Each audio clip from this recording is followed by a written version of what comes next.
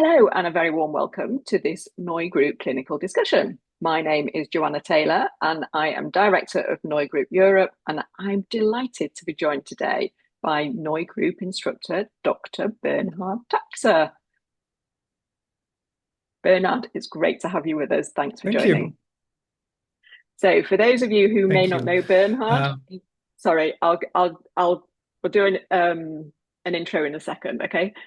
For those of you who don't know Bernhard, he is a physiotherapist with a special interest in persistent neuromuscular pain and neuropathic pain syndromes.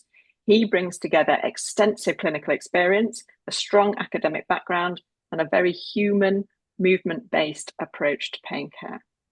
Bernhard has been teaching with the NOI Group since 2020, and since its launch in 2023, the Bodily Relearning course has been delivered to over a dozen cities across 5 countries, teaching nearly 500 clinicians so far. So, Bernhard, before we dive in, could you tell everybody briefly a little bit about your professional work? Thank you, Joanna, for this nice introduction. It's always funny to hear the background and what I'm doing from another person, from another perspective. I'm currently sitting here in my practice because this is one of my main works I'm still doing. I'm seeing patients with different pain conditions, especially ongoing pain states, and maybe you are aware of fibromyalgia syndrome, but also a very big topic in my clinical work is the topic of headaches, especially migraine headaches, where I also had the opportunity to do my PhD in migraine research, what I am currently doing as well. So I am in a lab in Salzburg. It's my third hometown next to Innsbruck, where I actually come from, Innsbruck in the Alps, and Graz, where I'm working and living currently, and Salzburg, where I'm working, especially academically, to doing my postdoc there in the field of migraine and with some pain models we are actually at the moment also developing. So this is my work with courses. I'm also teaching in Krafter courses, which are focusing mainly on orofacial pain. But of course, for NOI Group, I'm teaching explained pain, as you probably all of you know and are aware of. And I'm teaching in courses of graded motor imagery, especially this year, and in also good old stuff of mobilization of the neuroimmune system, good old neurodynamics. So this is what I'm doing, teaching on some universities, and it's not boring in my life. So I'm happy to do all this stuff, and I'm happy to have people around in my life that allow me to do that. So Amazing. yeah, You're a very busy man. yeah, but I think I like it, and I'm learning a lot, and I'm actually learning a lot in the courses. With every Yeah. course, I learn even more and have my ideas also for research. And I think it's a very good combination of clinical, academical, and teaching um, work. Yeah, Amazing. Thank yeah. you, Bernard. That's fantastic. Um, just we're going to get into the discussion now. These discussions are all about giving you a taste of the NOI approach and how to use it in the clinic. So today's session is a 30-minute introduction to bodily relearning. We won't cover everything, but you'll leave with a solid idea for thinking differently about persistent pain and bodily protection responses. And for anybody that is interested in learning more on a bodily relearning course, Bernhard has an upcoming 2-day bodily relearning course in Helsinki on the 20th and the 21st of March. We'll give some more details about that course at the end of this session. So if anybody's interested in attending, then please do stay on and we'll give you some more details about that. And I'll just drop the link to that in the chat, and then you can check that out if you want whilst we're chatting. So just a couple of housekeeping things. We're going to be speaking for about 20-25 minutes. If you have any questions, drop them in the chat or the Q&A, and we'll answer as many of them as we can live. The recording of this will be available on the Clinical Discussion YouTube channel. So you can go and watch that over again, or if you're going to be watching on replay, that's where you can find it. So today's webinar is titled The Bioplastic Body, an Introduction to Bodily Relearning. So, Bernhard, one of the core ideas in bodily relearning and in the idea of the bioplastic body is that pain is part of a broader bodily protection system. What are the bodily protection systems and how do they contribute to persistent pain? Yeah, I think, well, no, what I think many of you are aware of the so-called output systems, as we already learned in the Explain Pain sessions, or also when you are aware of Louis Gifford's work many years ago, he was talking about output systems in a mature organism model. And the output systems actually always have been described as something that exists and contributes to pain situation and to nociception. And I think in this approach we have now also with the bodily relearning idea, which can be seen critically, I'm aware of that, but I think the great approach and the great idea of this is that we are more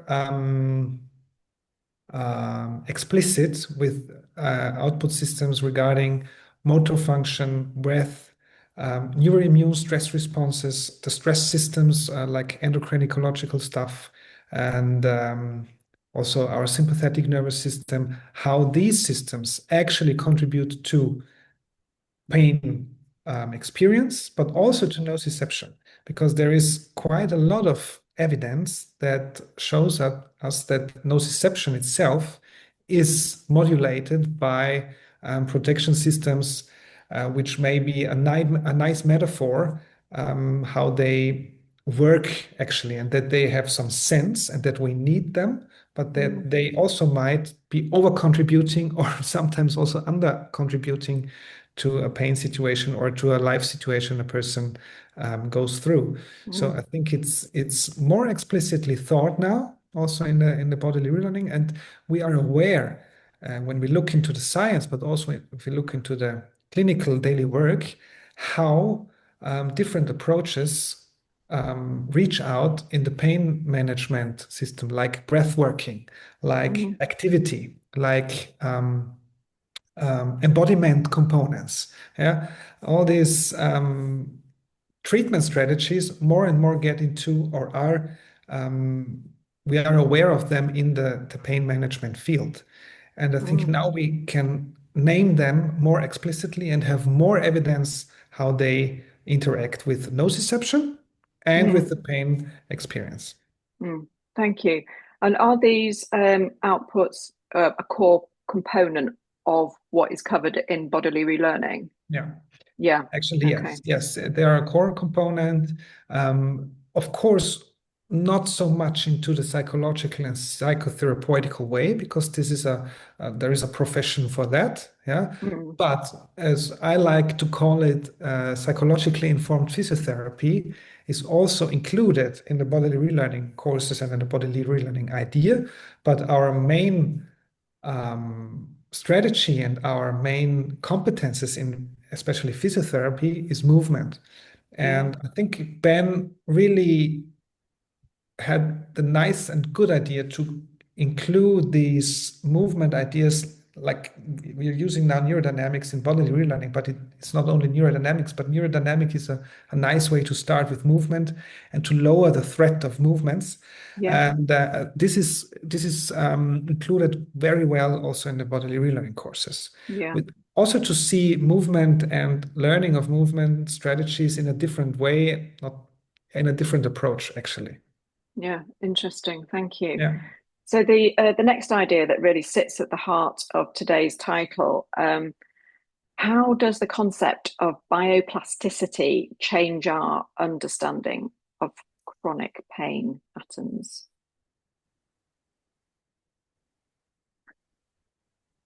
When I first heard about the term bioplasticity, I was quite skeptical. Yeah, I was skeptical in a way. What does that mean? Yeah. And if we had a deeper dive into the topic, we saw, okay, the immune system and immune cells contribute very, very big into nociception and also into pain experience, like in the output of pain. And again, one of our bodily protection systems might also be the immune system.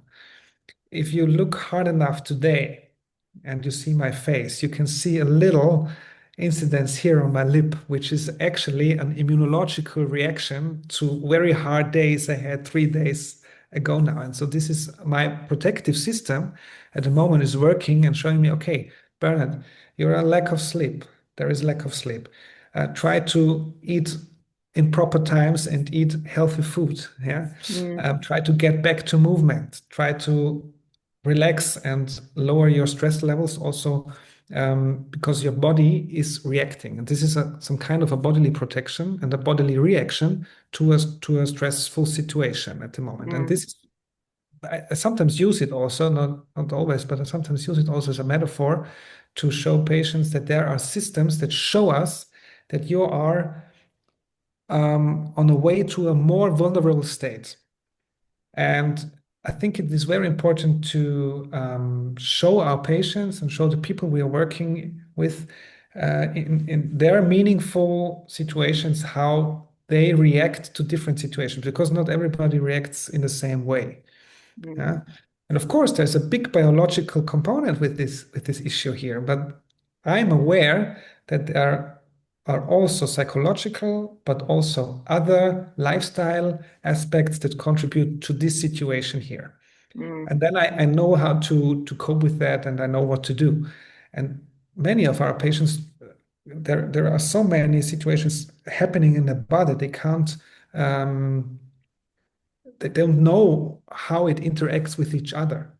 Yeah, not mm. explicitly. And I think this is a very important thing to educate our patients explicitly about these situations if they are keen to know more about that. Yeah.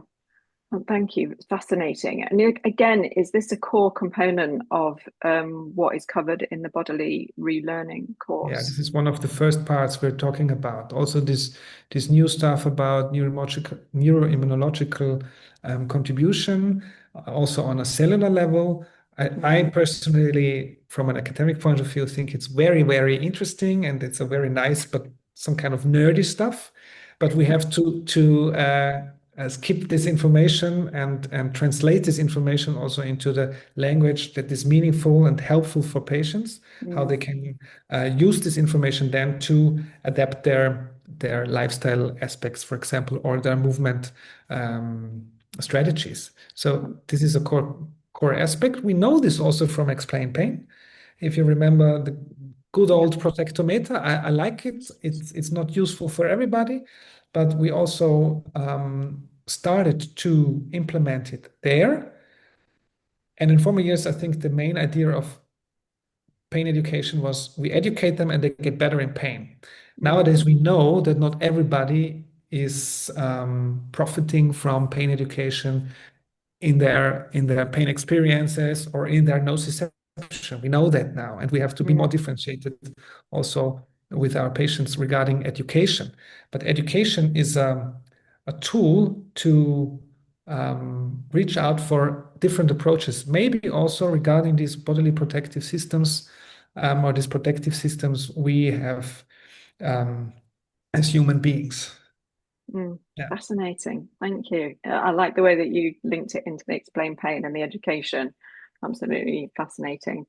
So, just coming back to this idea of movement exploration as part of, as a central element of bodily relearning, what role does movement exploration play in resetting ingrained protective Mm. responses? Mm. I'm a very big fan of the wording mechanosensitivity. And this is something we are nowadays aware also in the neurodynamic field that when we assess patients with neurodynamic techniques, that Mm, we are actually assessing heightened mechanosensitivity in soft tissue of the nervous system. Yeah. And there are different mechanisms that are responsible for this higher mechanosensitivity in the soft tissue of a nerve. And it could be some stuff going on in the tissue like an inflammation or ischemic situations. But we also know that um, psychological, stressful, immunological heightened systems contribute to mechanosensitivity of actually all the tissues we have in our body. It's not only the nervous system, but the nervous system, as it is a very sensitive system already, is something that sometimes hinders us in getting on with movement. Yeah. And in a nutshell, it's probably the idea of desensitizing these structures, but not only in moving it or tensioning it or sliding it, which is something that can be very helpful. But I think we lost a little bit the perspective of how meaningful is this movement. How can it contribute to a movement that I do in my daily work or in my sports or in my hobbies that I'm going to do again when I have less pain, which might Mm. be a goal or an aim.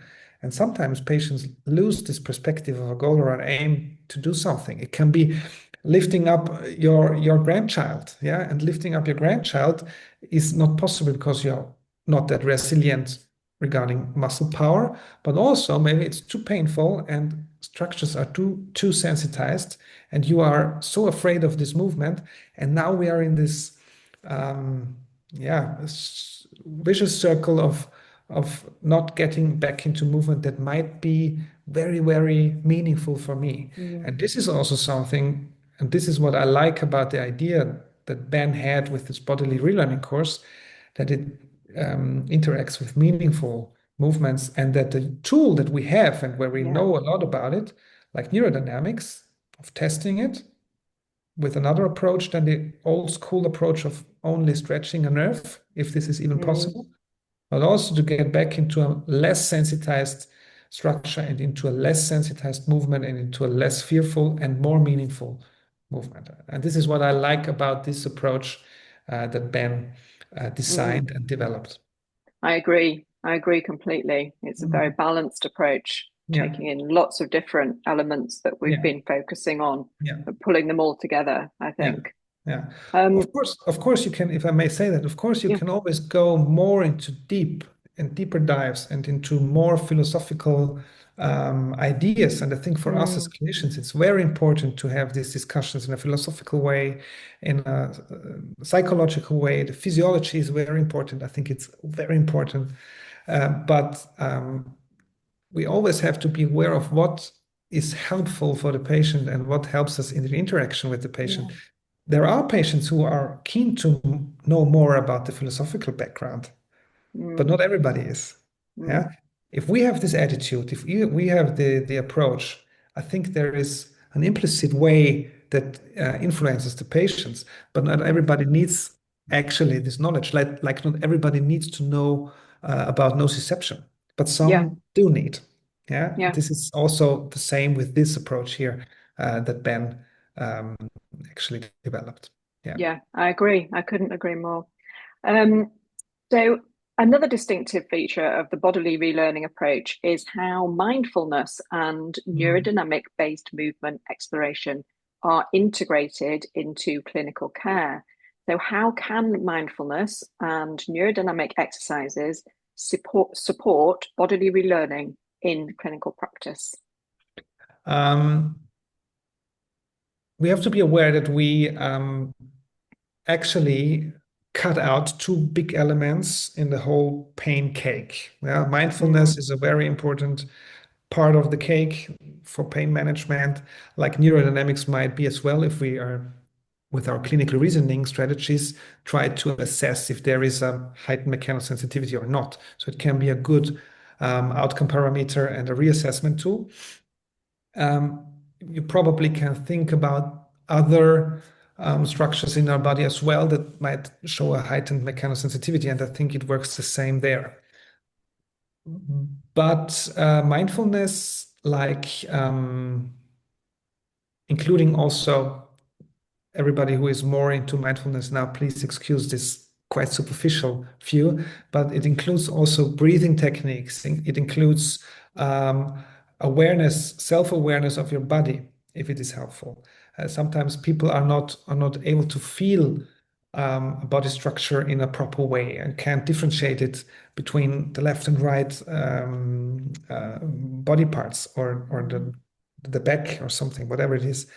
I think these mindfulness practices, which there are a lot, yeah, traveling through your body, we all know this, can be more specific and can be integrated in a also more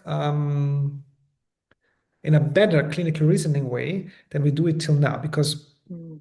till so far we said, okay, let's do some mindfulness practices, yeah, and it was something like, okay, you can also talk to your psychotherapist, do it, but it can be more, it can be done more explicitly, and it can be integrated also in a very nice um, reassessment approach. We have to reassess also our mindfulness strategies if they are right for this patient. Yeah, Mm. it's not like a an umbrella that covers everything. Yeah, it also has to be done more specifically, I think, Mm. so that we don't lose time and waste time for the patient.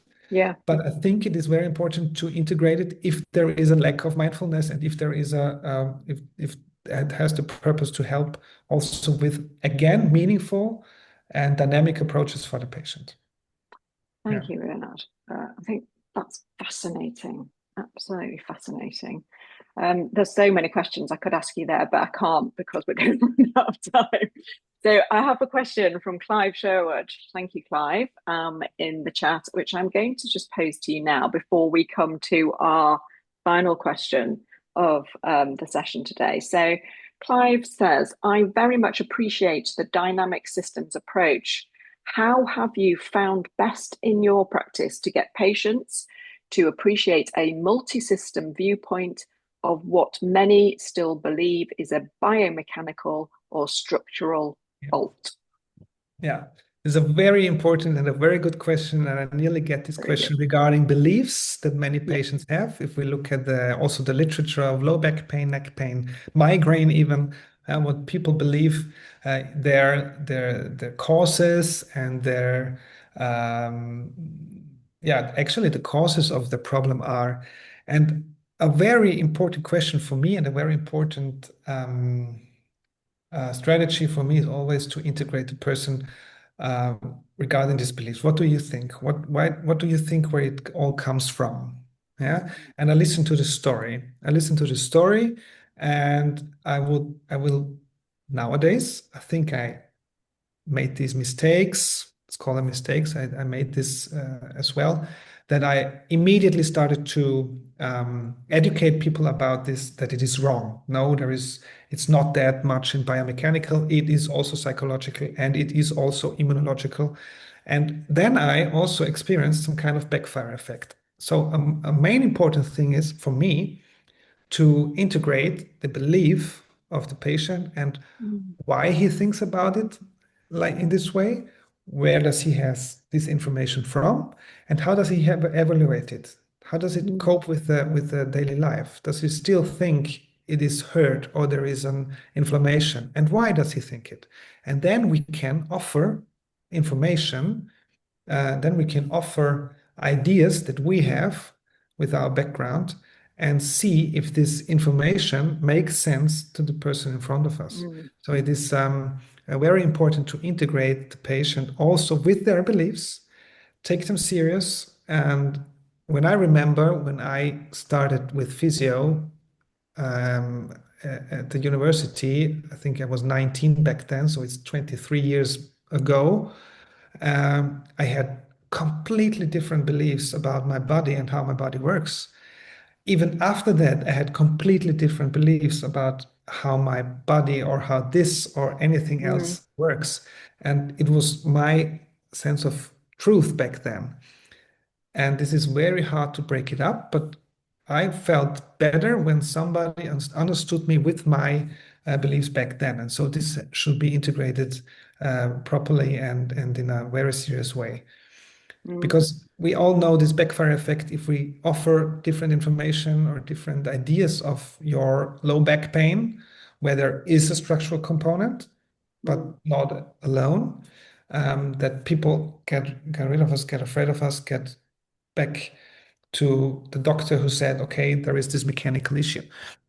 I had the experience nowadays with this attitude that people more and more come by themselves, that they say, okay, there is a stressful situation. 2 hours ago, I had a patient there. She said, I now realize for me, there has to be a psychological contribution, because when I lay in bed, wake up and have the pain because I'm ruminating about my parents, this is something that contributes to that. And then I ask, okay, why do you think that? Do you know different situations? Do you know situations where it is not that way, to get into reflection with the patients, to get back then to our main component, our main competences in direction of movement. Yeah. Thanks, Bernhard. I love everything you're talking about. It's so exciting. We could go on for ages, but we are going to have to start to wrap up now. I would just, for many clinicians watching, this is often the most practical, important question, and that is, what does a bodily relearning approach look like with a patient? And the most common question that we get asked is, where do you start? Oh, this is a very difficult question. Yeah, I think And we can only touch on it. Yeah, where to start? I think we always have to be aware of a proper clinical reasoning, which means listen to the patient, listen to the story, understand that story as good as it is possible, because sometimes we think, how is that even possible? I don't have an explanation for this situation the person in front of me has, but to take it serious and to invite the patient to be really listened at. And I always do a proper assessment also regarding bodily structures, regarding mechanosensitivity, regarding red flags. So sometimes our group of physios working in the pain field or in the chronic pain field have the cliche that we are just talking with our patients. That's not true, actually. We are still working manually, maybe not with the old school approach, but also with manual input, manual therapy, and but also assessing manually, and also assessing fear of movement, how the movement is at the moment, because this is our main competence. And then a very important thing is to ask the patient, what are your goals? What are your aims? What are your expectations to physio? Why are you here? And to see, okay, is this a justified, and this is a realistic aim or goal that I can contribute to or not? Yeah. And to offer the possibilities we have. And we have the possibilities of mindfulness strategies, we have the possibilities of movement strategies, we have a psychologically informed physiotherapy of education, if the patient is keen to know that, and offer them a dynamic approach also into training, but not always into training, because there are many people in pain who are very motivated to do the training every second day with a great approach, with a great strategy. And then we have to find out, okay, what are the other things that go around this pain situations? Might be psychologically contributed, might be immunologically contributed, might be a lack of knowledge, might be acceptance. So this is something I have to check out after my reasoning strategy of assessment and information offered by the patient. So Amazing. Thank you. Thank you. Just very quickly, there was a question there from I can't pronounce your name. Iowa. Sorry, I'm so sorry. I'm so rubbish. She says, I'm welcoming this discussion. For years, I have now been speaking of the importance of Eva. Sorry, from Eva, of the importance of recognizing body as the container for thoughts, feelings, and beliefs. I also believe in health optimism through metabolic health improvement can regulate an autonomic nervous system response and hence have an impact on the pain response. What are your thoughts, Bernhard?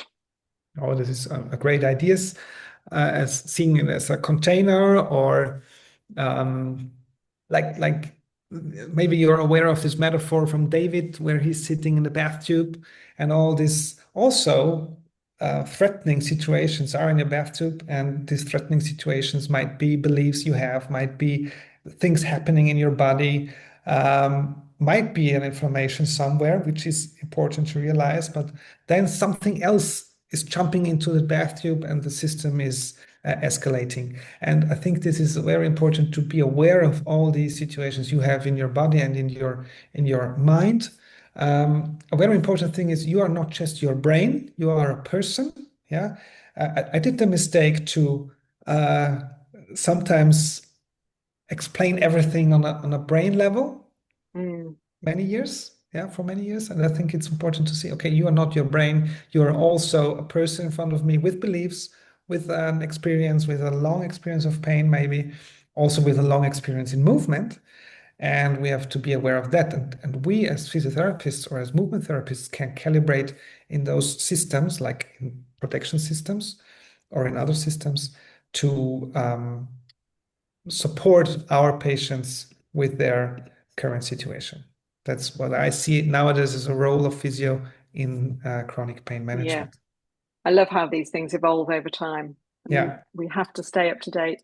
And And learn so from our interesting. mistakes also. Yes, Learn from our mistakes, be open-minded still. And I think there are many great ideas and approaches out of the ideas of David and Lorimer, and they are still developing. And I think also science is something that is not a stable system. It's not a yeah. static system. It's developing. And this is sometimes very exhausting and not that satisfying, but I think it's important. Enjoy the journey. Yeah.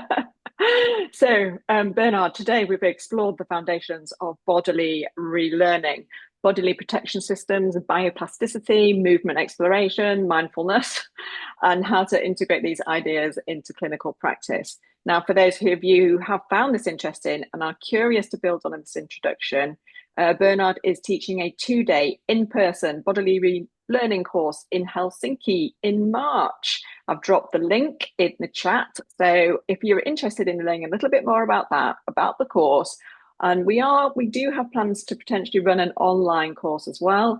Bernhard, could you just tell us a little bit about what people can expect from the course, and how it may help them clinically? I think this course might actually help clinicians to interact and combine our so far known bodily strategies, mainly on neurodynamics, because this is a core also of Neu group, but not only mindfulness and nociception and pain background, a little bit also in a philosophical way, supported by evidence, which is very important for me actually. And I think this is something you can actually take out of this course. Yeah. Brilliant. Thank you. Um, so thank you for sharing your insights today, Bernhard. I've You're really welcome. enjoyed it. Yeah, It's me been too. so interesting. Yeah. Thank you to everybody who joined us live for this Neu Group clinical discussion. We hope that it's been useful and we hope it's been interesting. We've had lots of lovely thumbs up and responses, so we can see that people have obviously taken a lot away from it. So as I said earlier, the recording from this session will be put on the Neu Group Clinical Discussion YouTube channel. You can pop back in and have a listen, and there will be more of these clinical discussions coming out over the next few weeks and months. So keep an eye out for that. Clive, I noted your comment about an online bodily relearning course, which Bernhard and I were just discussing before we came on live. So keep your eyes open, watch this space, and we will let you know when we get one of those set up. Thank you, everybody. Enjoy the rest of your day, and we'll see Have a you nice next time. day. Thanks, Bernhard. See you soon. Bye Take bye. care. See you.